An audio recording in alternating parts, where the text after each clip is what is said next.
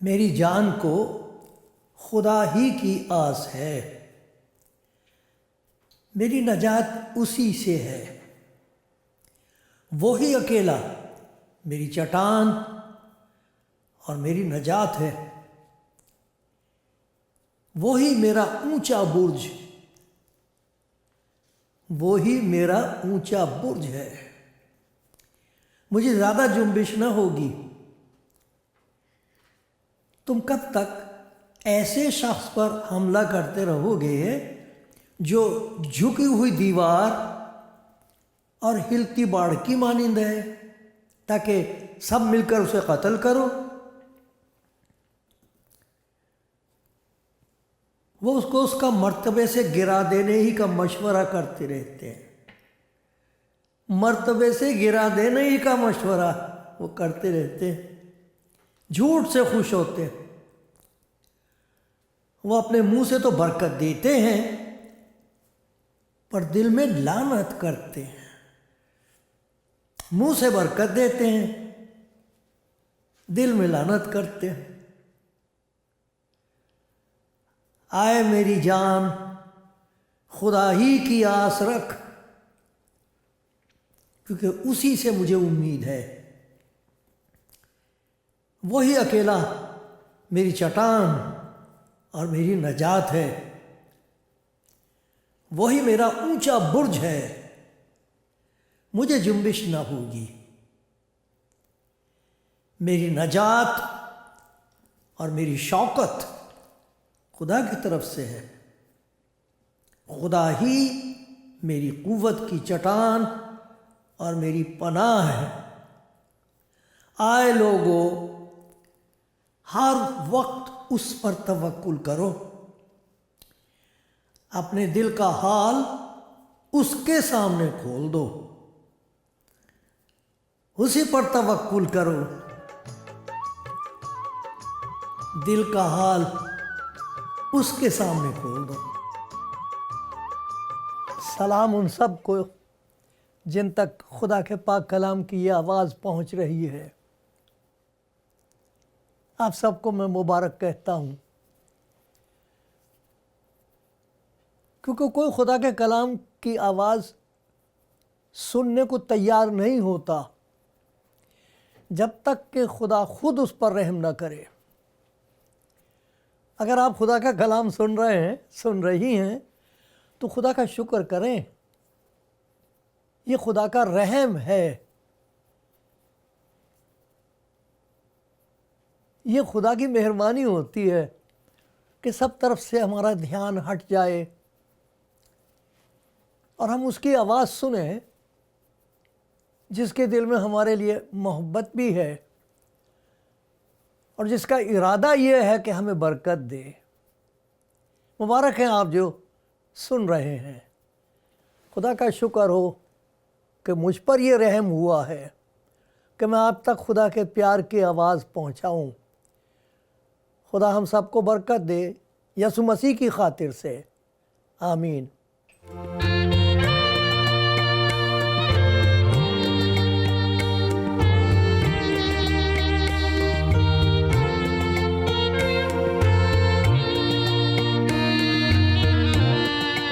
کرو اس بات کے لیے کہ آج پھر مجھے خدا کے فضل سے، اس کے رحم سے یہ موقع ملا ہے کہ خدا کے پیار کی کچھ باتیں آپ کو یاد دلاؤں۔ آپ میں سے بہت سے ایسے بہن بھائی ہیں جنہیں خدا کی اس محبت کا تجربہ ہو گیا ہے جو خدا یسوع مسیح میں ظاہر ہوئی ہے۔ بہت ایسے بھائی بہن ہیں جو تلاش کر رہے ہیں۔ ایک قسم کی بے چینی انہیں ہوتی ہے، وہ جاننا چاہتے ہیں کہ سچائی ہے کہاں، سچ کون ہے۔ کسے پکاریں؟ کون ہے جو جواب دے سکتا ہے؟ کون ہے جو پہچان سکتا ہے مجھے کہ میں کون ہوں؟ میرا کیا حال ہے؟ میرا کیا حال بنا دیا گیا ہے جو کہہ رہا ہے کہ میں کہاں جاؤں؟ کسے پکاروں؟ کون سا نام پکاروں؟ ایسے لوگوں کو ایک قسم کی جب بے چینی ہوتی ہے تو خدا کا کلام یہ بتاتا کہ وہ بے چینی خدا کی طرف سے ایک برکت ہے۔ وہ جو تشنگی، پیاس جو ہوتی ہے اور تلاش ہوتی ہے اور تڑپ ہوتی ہے، یہ اس بات کا ثبوت ہے کہ خدا آپ کی زندگی میں کچھ کام کر رہا ہے، ورنہ آدمی بے فکر ہوتا ہے، اسے خیال نہیں ہوتا کہ وہ کون ہے، کہاں جا رہا ہے، کون سا راستہ اس نے اختیار کر لیا، وہ اپنے اس میں مست ہوتا ہے اور کہتا مجھے خدا کی کیا ضرورت ہے، میرے پاس تو سب کچھ ہے۔ لیکن اگر سب کچھ ہوتے ہوئے کسی انسان کے دل میں بے چینی ہے، بے قراری ہے اور اس کو ایسا لگتا ہے کہ تو کچھ بھی نہیں ہے، اب میں کہاں جاؤں، کسے پکاروں، کون ہے جو دیکھ سکتا ہے میرے دل کا، تو وہ جو پریشانی ہے، وہ جو پیاس ہے، وہ جو بے چینی اور بے قراری اور وہ نیند کا نہ آنا ہے اور جان کا گھبرانا ہے، اس کے پیچھے خدا کا ہاتھ ہوتا ہے۔ مجھے کیسے پتا ہے؟ میں کیسے کہہ سکتا ہوں؟ میں آپ کو پڑھ کے سناتا ہوں۔ یہ وہ بات ہے جو خدا یسوع مسیح نے کہی ہے۔ اب آپ دیکھتے جائیے، پہچانتے جائیے کہ اگر آپ کے دل میں کوئی پریشانی ہے اور آپ تلاش کر رہے ہیں، جاننا چاہتے ہیں اسے، سوالات ہیں آپ کے دل میں، تو خدا کا شکر کیجئے کہ خدا تیرا شکر، یہ تو تیرا کام ہے۔ اس کا مطلب ہے تو کچھ کرے گا، یہ سب تیاری ہے، یہ کھودنا، کچھ بوئے گا تو۔ دیکھو کیا لکھا خدا یسوع مسیح کا، یہ حوالے آتے جاتے ہیں، آپ آ جاتے ہیں، آپ دیکھ لیا کیجئے، لیکن میں آپ کو پڑھ کے سناتا ہوں۔ یہ خدا یسوع مسیح نے کہا ہے، یوحنا کی انجیل کا 6واں باب ہے، وہ آپ نکال لیجئے، اس میں لکھا ہوا ہے 44ویں آیت میں، کوئی میرے پاس نہیں آ سکتا جب تک باپ جس نے مجھے بھیجا ہے اسے کھینچ نہ لے۔ یہ جو کشش ہے کہ پتہ کرنا چاہیے کہ یہ نہیں کہ سچائی کہاں ہے، سچائی کون ہے جو سچ بولتا ہے، جس کے پاس ہم جا سکتے ہیں، کون ہے جو کہہ سکتا ہے کہ میں سچ ہوں، یہ نہیں کہ میں سچ بول رہا ہوں، کسی نے یہ کہا کہ میں حق ہوں، وہ کون ہے، کس کے پاس جائے؟ تو خدا یسوع مسیح کہہ رہے ہیں کوئی میرے پاس آ نہیں سکتا جسے میرا باپ جس نے مجھے بھیجا، تو کھینچتا ہے، ایک قسم کی کھچاوٹ ہوتی ہے، ادھر سے آپ کا دل ٹوٹ جائے گا، ہٹ جائے گا، بات نہیں بن رہی ہے، کھینچ رہا ہے دل کسی اور طرف، تلاش ہے، پیاس ہے، تشنگی ہے۔ کہتا میری روح زندہ خدا کی پیاسی ہے، جیسے ہرنی پانی کے نالوں کے لیے ترستی ہے، میری روح ترس رہی ہے۔ یہ چیز جو ہے، کہتا کوئی آ نہیں سکتا جب تک میرا باپ اسے کھینچ نہ لے۔ کھینچ رہا ہے باپ، یہ خدا کی طرف سے کھینچایا جا رہا ہے آپ کو۔ دوسری بات یہ کہی، نبیوں کے صحیفوں میں لکھا کہ وہ سب خدا سے تعلیم یافتہ ہوں گے۔ اگر کوئی یہ کہے کہ میں آپ کو یہ معرفت، یہ پہچان بخش دوں گا اور آپ کی مدد کر دوں گا کہ آپ پہچان لیں کہ یسوع مسیح ہے کون، اس کی نہ سنیں۔ آپ کو اس کے بارے میں بتایا جا سکتا ہے، کوئی بھی ہوگا انسان، خدا کا شکر ہو سارے استادوں کے لیے، لیکن یہ کہ مسیح ہے کون؟ یسوع مسیح نے متی کی انجیل میں کہا کوئی جانتا نہیں کہ بیٹا کون ہے اور کوئی نہیں جانتا کہ باپ کون ہے۔ یہ معرفت اور پہچان کہ خدا کون ہے اور یہ کہ مسیح کون ہے، یہ صرف خدا کرتا ہے، یہ وہی دے سکتا ہے۔ کوئی میرے پاس آ نہیں سکتا، باپ کھینچتا ہے، اور لکھا ہے وہ باپ سے تعلیم یافتہ ہوں گے۔ وہ خود آپ کو ایسی تعلیم دے گا جس کی وجہ سے آپ کی آنکھیں کھلنے لگیں گی اور آپ کہیں گے میں نے نہیں کبھی سوچا تھا مسیح کے بارے میں تو معلوم نہیں کیا سوچتا تھا، میں تو معلوم نہیں کیا سوچ رہی تھی، یہ تو بات ہی کچھ اور ہے۔ اور پھر کیا لکھا ہے، تعلیم یافتہ ہوں گے۔ اور 45، جس کسی نے باپ سے سنا اور سیکھا ہے وہ میرے پاس آتا ہے۔ دیکھا کتنا کام کرتا ہے خدا، کھینچتا ہے، سکھاتا ہے۔ ایک اور بات ہے، 65ویں آیت میں لکھا ہے،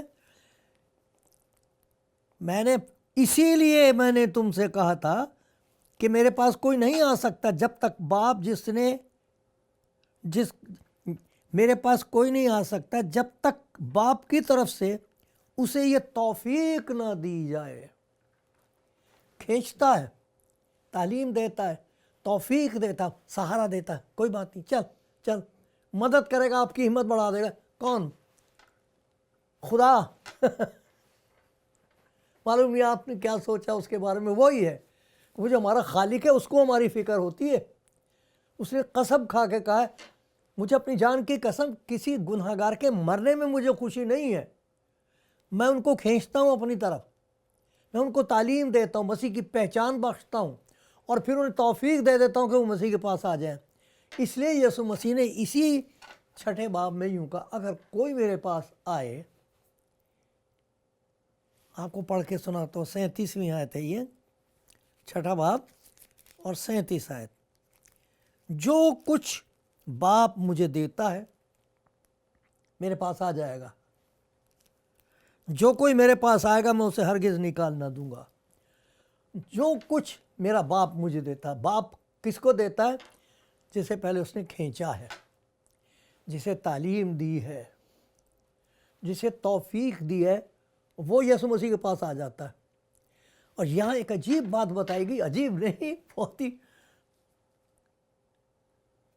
ہی خوشی کی خبر دی گئی ہے یہاں، وہ یہ کہ یہ جو لکھا ہے نا، جو کچھ باپ مجھے دیتا ہے میرے پاس آ جائے گا۔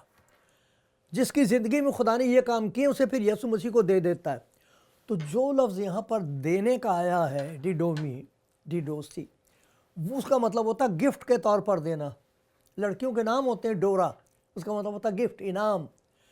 تو کہہ رہا کہ میرے باپ نے جن کی زندگی میں یہ 3 کام کیے ہیں انہیں میرے پاس لاتا ہے انعام کے طور پر، وہ مجھے انعام دیتا ہے۔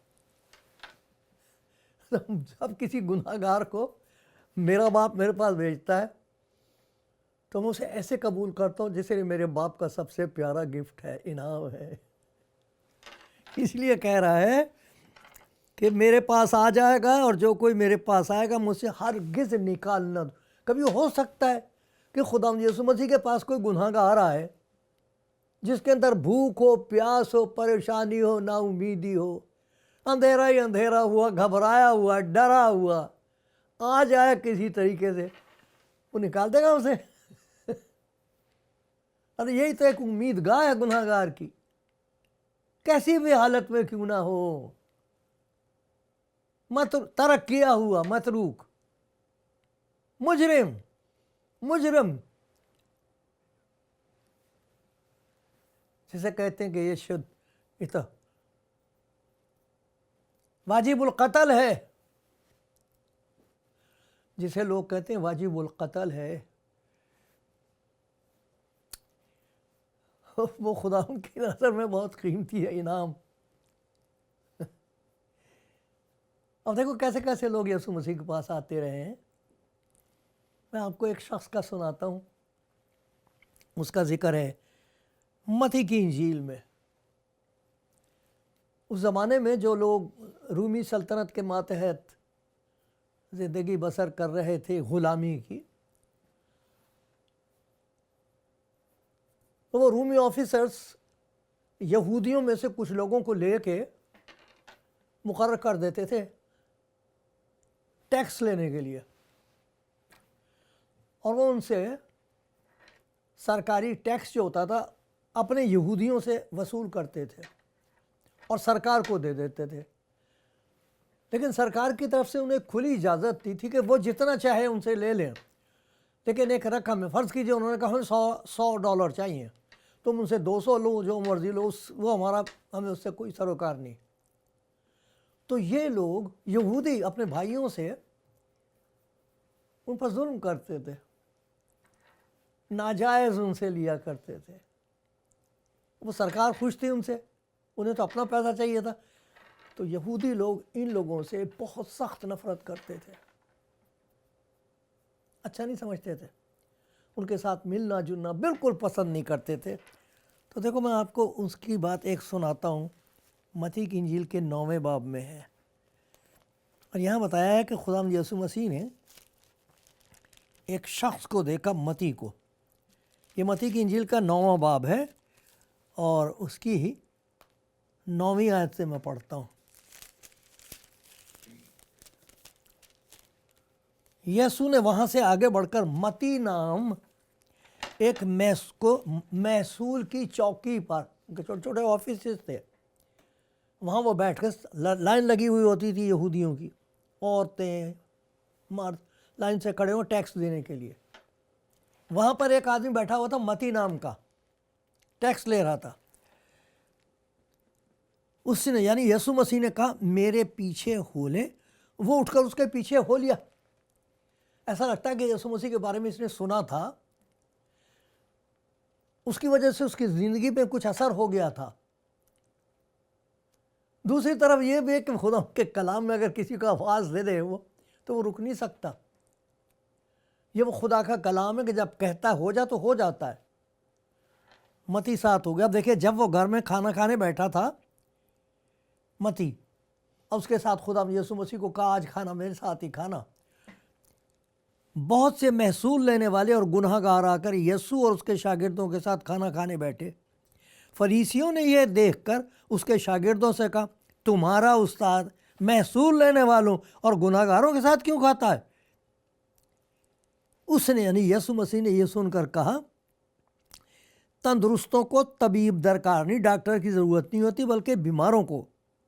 مگر تم جا کر اس کے معنی دریافت کرو, اپنی شریعت میں پڑھو کہ قربانی نہیں بلکہ میں رحم پسند کرتا ہوں, کیونکہ میں راست بازوں کو نہیں بلکہ گناہ گاروں کو بلانے آیا ہوں.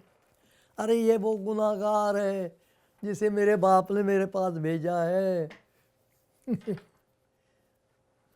تم نے متی کو گناہ گار قرار دے دیا اور تم سمجھتے کہ اس کے ساتھ کوئی کسی قسم کا واسطہ نہیں ہونا چاہیے اور اس کا کوئی حق نہیں ہے کہ میرے پاس آئے, اور مجھے ہوش آنی چاہیے کہ یہ گناہ گار ہے, مجھے اس کے ساتھ کوئی تعلق نہیں رکھنا چاہیے.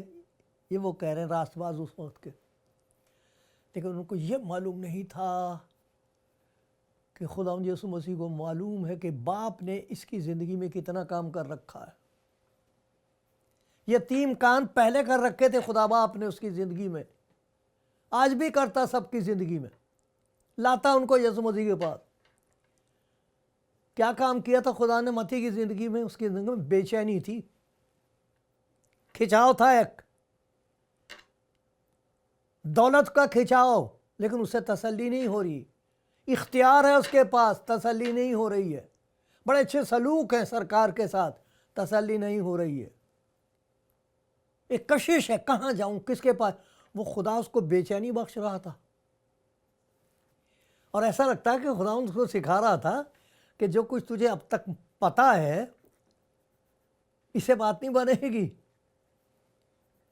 تجھے اور کچھ جان لینے کی ضرورت ہے. اور اسے توفیق دے دی کہ جب خدا یسوع مسیح نے اسے آواز دی, اٹھ کھڑا ہوا, پیچھے چلایا, گھر لے گیا اسے. متی کو معلوم نہیں تھا کہ خدا کا کیا ارادہ اس کے لیے. جو لوگ اس کی حقارت کر رہے تھے ان کو یہ معلوم نہیں تھا کہ یہ شخص متی جس کی زندگی میں خدا نے کام کیا ہے, مسیح کے سپرد کر دیا ہے. اب دیکھو مسیح اس کی زندگی میں کیا کرے گا. سب سے پہلا متی کو تجربہ یہ ہوا ہے کہ خدا یسوع مسیح نے اس کے گناہوں کو معاف کر دیا. ہر ایک کے ساتھ ایسے ہی کرتا. وہ گناہ گار جب اس کے پاس آتا ہے, گناہ ہی تو رکاوٹ ہے, گناہ کی وجہ سے اس نے ہم کو اندھا کر رکھا ہے. نہ ہم خدا کو پہچانے, نہ ایک دوسرے کو پہچانے. خدا کے لیے ہم باتیں بناتے رہتے, لوگوں کو قتل کرنے کو تیار رہتے. کسی کو نہیں معلوم تھا کہ کیا ہونے جا رہا ہے.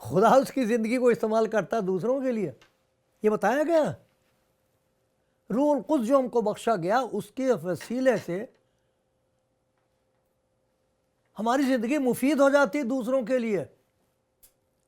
آپ نے سنا خداوند آپ کی طرف یہ اس طرح دیکھ رہا کہ یہ میری بیٹی خدا کا انعام ہے، یہ میرے پاس آ جائے گی، یہ میرا بیٹا ہے، اس کی زندگی میں خدا نے پریشانی پیدا کر دی ہے، یہ آ جائے گا میرے پاس، یہ خدا کا انعام ہے۔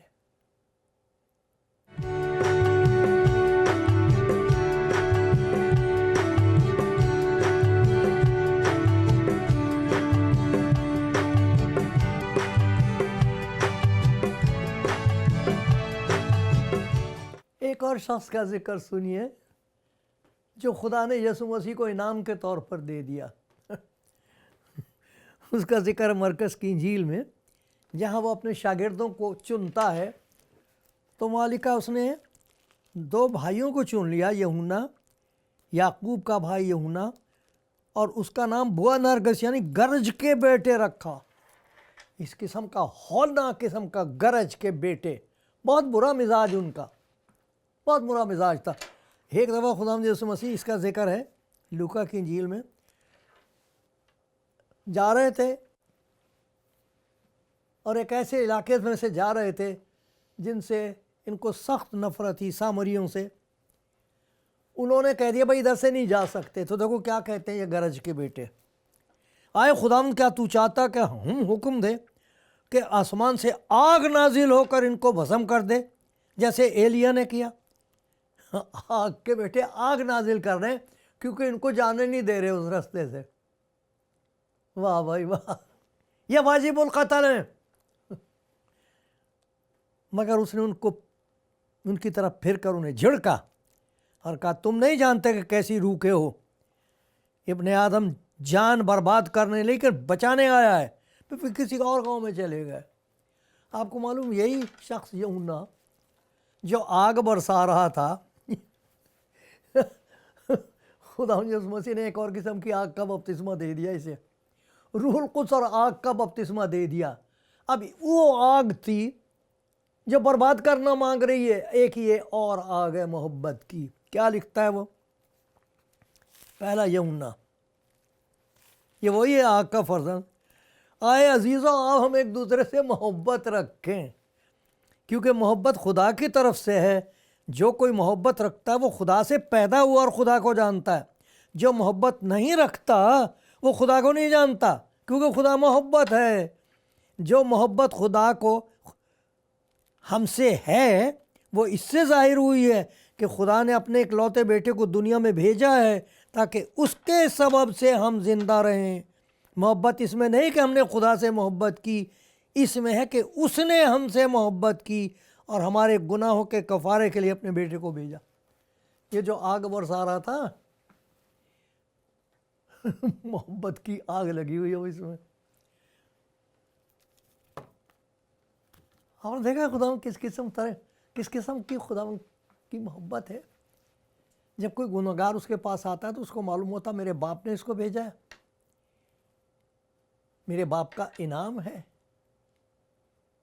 اگر آپ اس کے پاس آؤ، بھول جاؤ آپ نے کیا کیا اور کیا نہیں کیا ہے، بھول جاؤ آپ کا دل کیا کہتا ہے، بھول جاؤ لوگ کیا کہہ رہے ہیں، ارے اس کے پاس آؤ جو آپ کو ایسے قبول کرے گا جیسے خدا کا انعام ہے آپ اس کے لیے۔ اور پھر آپ کی زندگی میں جو خدا کا جلال ظاہر ہوگا اسے دوسرے دیکھ کے حیران ہوں گے اور کہیں گے یہ بات سچ اور ہر طرح سے قبول کرنے کے لائق ہے کہ مسیح یسوع گناہ گاروں کو نجات دینے کے لیے اس دنیا میں آیا ہے۔ مجھ پر رحم کرتا رہے خداوند یسوع مسیح کی خاطر سے، آمین۔